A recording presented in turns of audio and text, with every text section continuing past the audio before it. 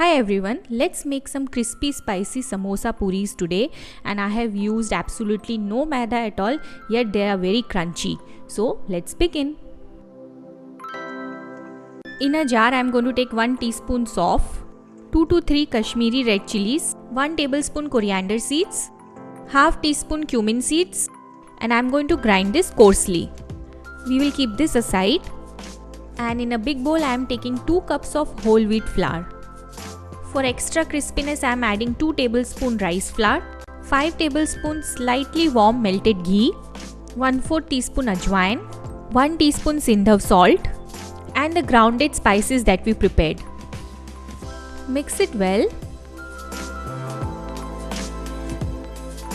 and using water I am going to knead it into a soft dough.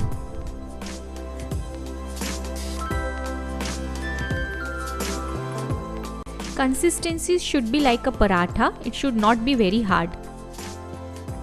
Now we are going to cover this and rest it for 30 minutes. I will knead it for 1 or 2 minutes more. And I am going to take a tennis ball size dough and make small puris out of it.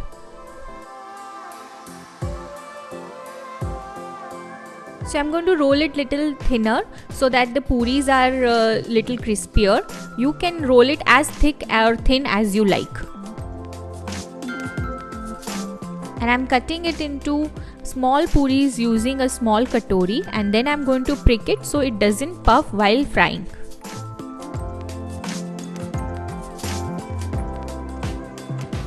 I will remove the extra doughs and will prepare all the puris in the same way.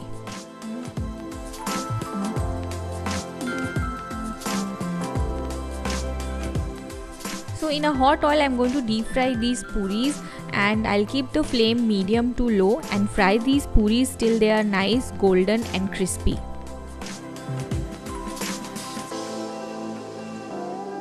Let's remove it on a paper napkin.